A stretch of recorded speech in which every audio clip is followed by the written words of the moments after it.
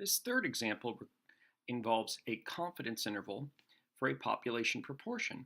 So you're given the confidence interval for the population proportion of male seniors from Hamilton County schools that take the SAT based on a sample size of 220.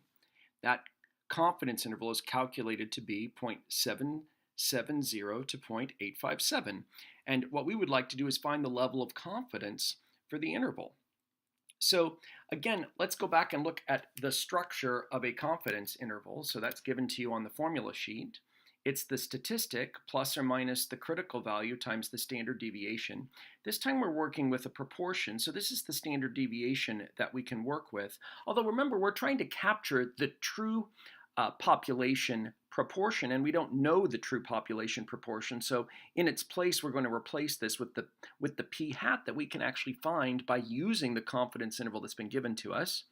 We know the sample size, so we can work with that. We don't know the critical value. That's what we have to figure out. So we can use the statistic, the p hat. We can use that p hat in the sample size to find our standard deviation. And then we can work backwards to find that critical value and then use it to find the level of confidence. So to find the p hat, we just have to go to the middle of the confidence interval. So remember, a confidence interval is being built kind of like a net in order to try to capture the true population proportion. Now, once we've built the confidence interval, the true proportion is either in that confidence interval or it's not. So the confidence level, that's telling us something about the accuracy level of the method.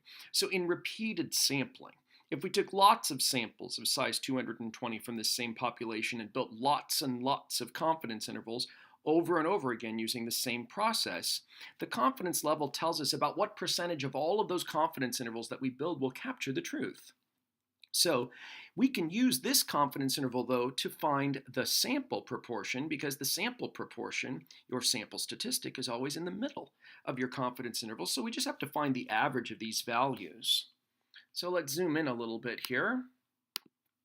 So let's find our p hat. So I assume you could just type this in your calculator, but I'm going to write it out just to be careful.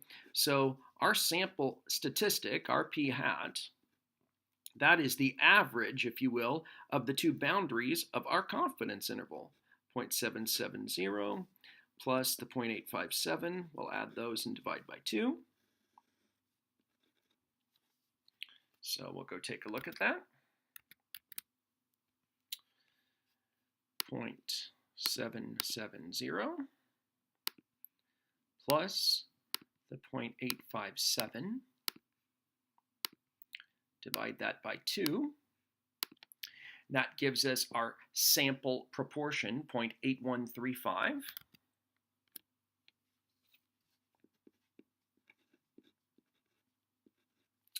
Very good.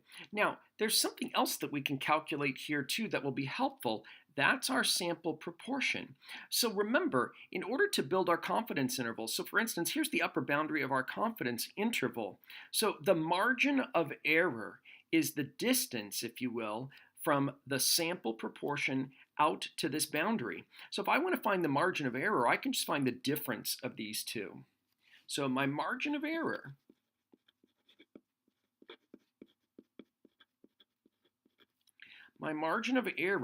is going to be that upper boundary of the 0.857, and I'm going to subtract off the 0.8135. That's our sample statistic. That will give us our margin of error.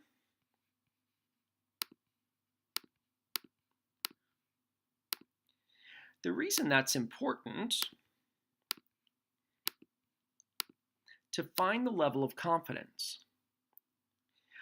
There's the 0.857 minus the 0.8135.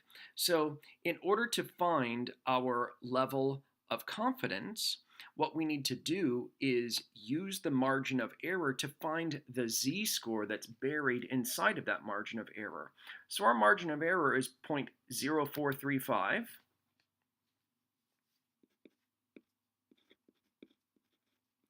So remember what the margin of error is. The margin of error is the critical value. That's what we need to find in order to determine our level of confidence, times the standard deviation of the statistic. And I've got all of the pieces that I need to calculate that standard deviation, so we can work backwards to find that critical value. So that's the whole goal here. So let's write a calculation, an equation with the margin of error. So I know that that margin of error of 0.0435, what that's equal to is the critical value that I don't know, times the standard deviation that we would use here to build our confidence interval. So that uses our best guess for the truth. That's our sample proportion, the 0.8135.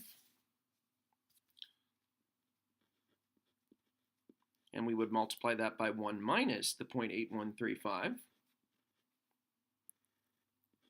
and divide by the sample size of 220.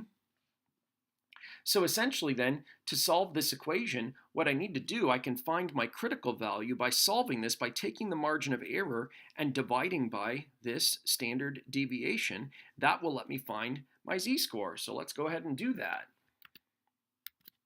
So I'm going to take my margin of error, 0.0435, and I'm going to divide by my standard deviation. So that standard deviation is the square root of the 0.8135 times 1 minus 0.8135. And then under that radical, we still have to divide by our sample size of 220. So that gives me my z-score, 1.656. You might recognize that. So we had to round it a little bit. That's okay. So we've got a little bit of rounding error, but I think the answer will jump out at you and you'll see what's going on. So if I want to find my level of confidence, what I have to do is see how much of the sampling distribution I'm capturing between z-scores of positive and negative 1.656.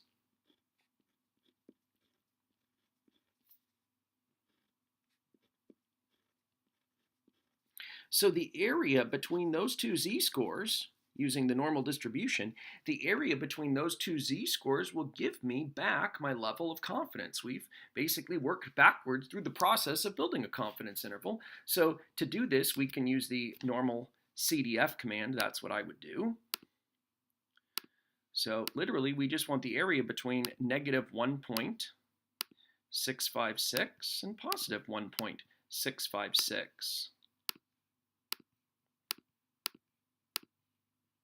There we go. And shockingly, you might recognize that critical value we got was pretty close to 1.645, 1.65. That's the critical value that we use for 90% confidence, and that's what we've got here. So again, given some rounding error, what we have for this area is 0.90, so that suggests that we are using a 90% level of confidence.